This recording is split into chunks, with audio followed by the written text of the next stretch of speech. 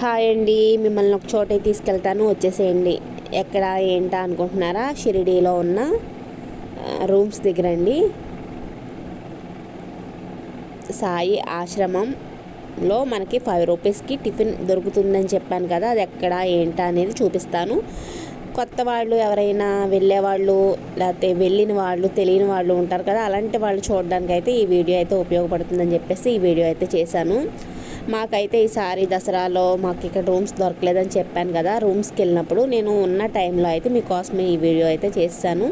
మేము వెళ్ళినప్పుడు ఎప్పుడు కూడా ఇక్కడ చక్కగా 5 రూపీస్కి క్యూ లైన్ ఉంటుంది. ఇక్కడ ఇదిగోండి, ఇదే క్యూ లైన్ అనమాట. ఇక్కడ మనం చేంజ్ అయితే కంపల్సరీ ఉంచుకోవాలి. 5 రూపీస్ పెట్టుకుంటే మనకి టిఫిన్ అయితే వచ్చేస్తుంది. శనగలు ఒకటి పెడతారు అండ్ చపాతీస్ మనకి ఒక 5 చపాతీలు అయితే వస్తాయి, కర్రీ వస్తుంది, ఒక స్వీట్ కూడా పెడతారండి 5 రూపీస్కి మనకి. అది టిఫిన్ అనమాట.